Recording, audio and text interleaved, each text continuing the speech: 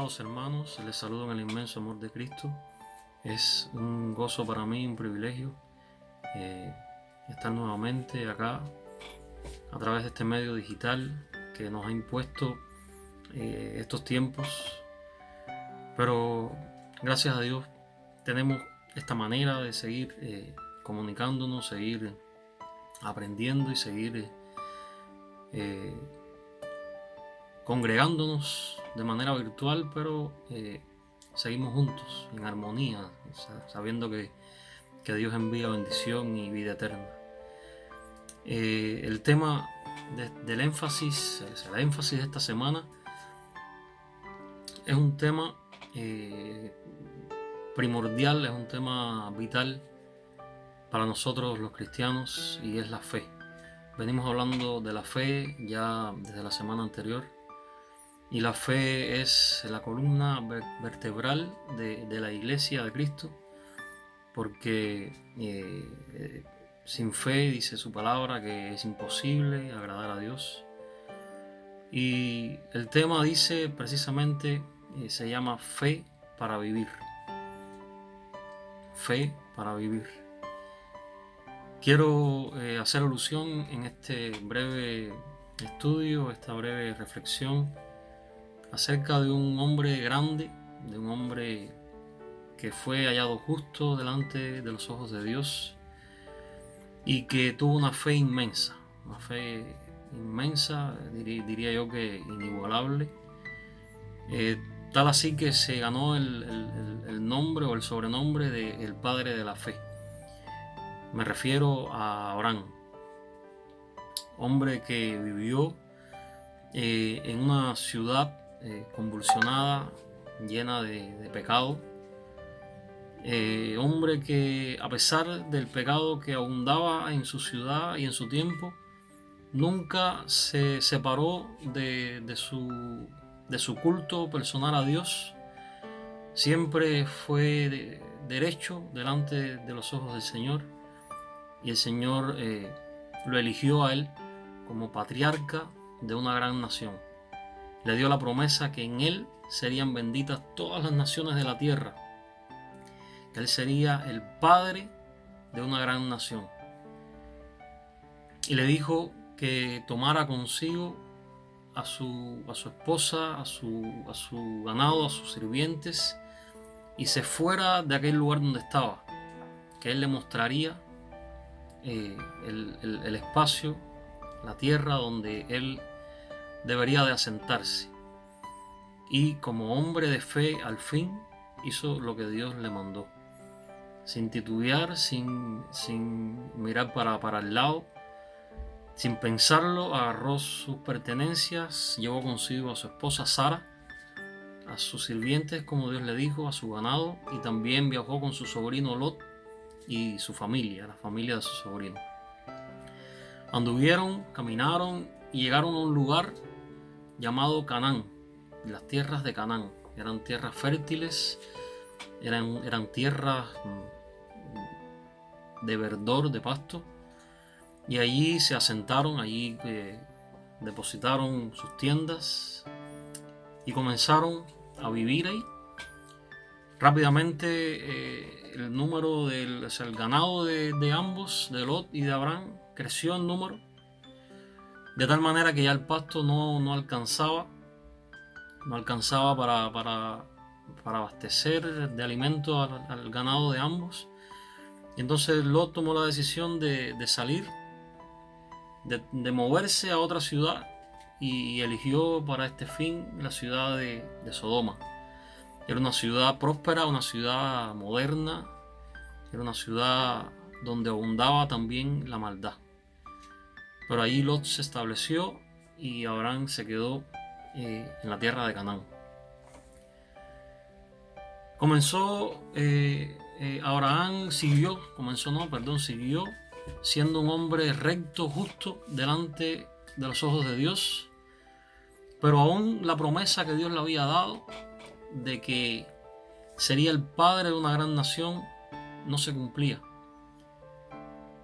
¿Cómo iba a ser el padre de una gran nación si Abraham no tenía hijos? Su esposa Sara no había concebido. Fue entonces cuando Abraham tomó por esposa a su sierva y concibió ella un hijo, a quien llamaron Ismael. Pero fue un hijo que no heredó la promesa de Dios. Este hijo con la sirviente no era el hijo de la promesa. Tiempo después, Abraham recibió la bendición de parte del Señor y Sara concibió un hijo, dio a luz un hijo, el cual llamaron Isaac. Isaac fue el hijo de la promesa, el hijo a través del cual iban a ser bendecidas todas las naciones. Y digo esto porque, bueno, todos sabemos que después de Isaac vinieron las 12 tribus de Israel, y de ahí, de la tribu de Judá, nada más y nada menos que llegó nuestro Señor Jesucristo. Por eso es que se dice que en Abraham iban a ser bendecidas todas las naciones de la tierra. A través de él iba a llegar el Mesías, a través de su descendencia. Volvamos a Abraham. Nació Isaac. Contaba en este momento Abraham con 100 años y su esposa Sara con 90 años. Imagínese usted, Abraham nunca perdió la fe que la promesa que Dios le había dado se iba a cumplir, sí o sí, se iba a cumplir. Y a los 100 años, siendo ya mayor, siendo adulto, siendo viejo, podemos decir, llegó la promesa del Señor en Isaac. Isaac comenzó a crecer, un niño fuerte, un niño sano. Comenzó a ser instruido también en los caminos de Dios. Era la adoración de su padre y de su madre. Imagínense que era el hijo de la promesa. Y en cierto momento Dios le dice a Abraham: toma a tu hijo y ve a la montaña. Ve a la montaña y sacrifica allí a tu hijo para mí.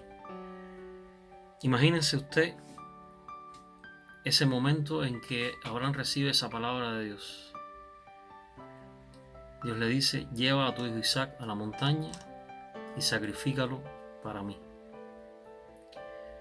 Yo me pongo a pensar y me ubico en esa situación, y realmente piénselo usted, como lo estoy diciendo yo, que usted le digan que lleve a su hijo y lo sacrifique.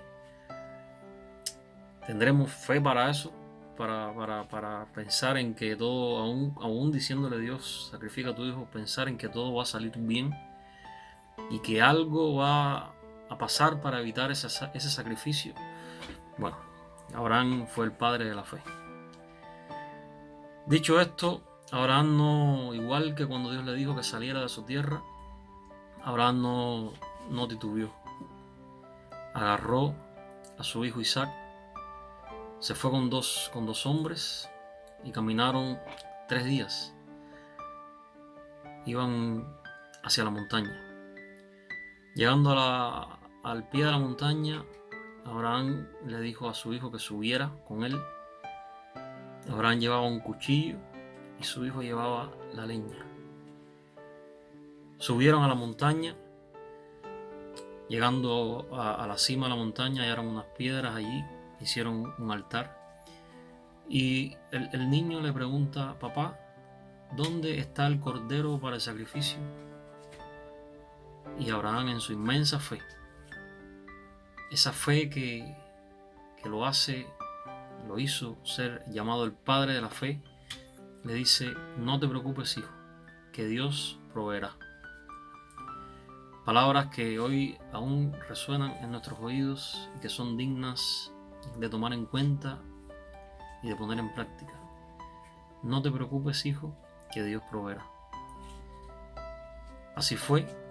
Abraham agarró a su hijo, lo ató con unas cuerdas, levantó el cuchillo y cuando estaba a punto de clavarlo en el pecho de su hijo, apareció un ángel y le dijo: no, Abraham, no hagas eso.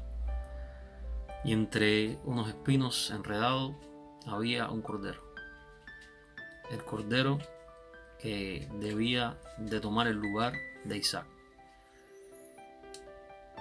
Hay se hace alegoría a una similitud o a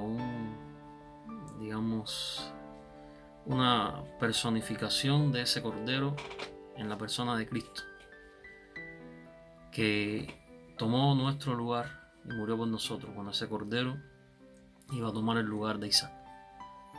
Así fue sacrificado el cordero, se quemó el holocausto a Dios y Abraham regresó contento con su hijo Isaac y regresó premiado. Dios lo premió por su inmensa fe.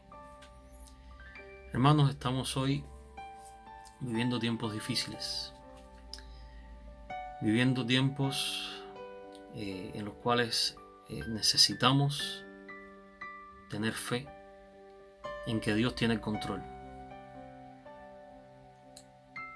Dice la palabra que en los tiempos del fin habrá guerra, rumores de guerra, habrá pestes, habrá hambre, se levantará nación contra nación. Pero es necesario que todo eso ocurra antes que Él venga. Pero nosotros tenemos que tener fe en que el Señor tiene el control sobre todas las cosas. Si todo esto está pasando, es porque el Señor así lo permite y Él tiene su propósito. ¿Cuál es su propósito? Bueno, nosotros no sabemos cuál es su propósito. Pero dice la palabra también que es la fe, la certeza de lo que se espera y la convicción de lo que no se ve. Por tanto, nosotros no vemos cuál es el propósito de Dios con esta pandemia, con este virus, pero tenemos que tener la fe de que el Señor está al mando, está al control. Él está al volante, al timón de la embarcación de nuestra vida. Teniendo esa convicción, hermanos, nosotros vamos a descansar y vamos a estar tranquilos. Dice la palabra, como hacía alusión, en Hebreos 11:6, dice: pero sin fe es imposible agradar a Dios, porque es necesario que el que se acerca a Dios crea que le hay y que es galardonador de los que le buscan. Hermanos, creamos en un Dios real. Hay muchas personas, cuando uno le pregunta por ahí a las personas, dicen: sí, yo creo en Dios. Bueno, nosotros no solo creemos en Dios, sino que le creemos a Dios. No es lo mismo.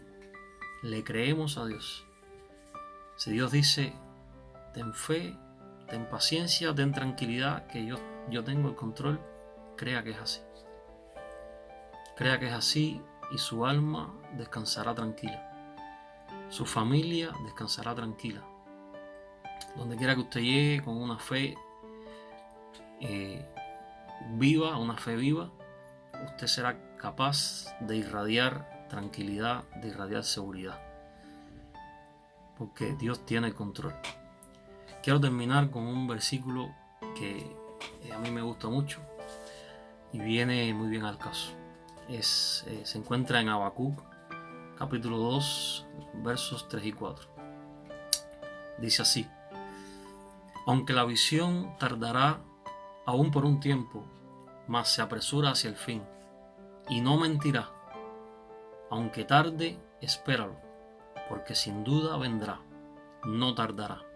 Ojo con esto. He aquí que aquel cuya alma no es recta se enorgullece, mas el justo por su fe vivirá.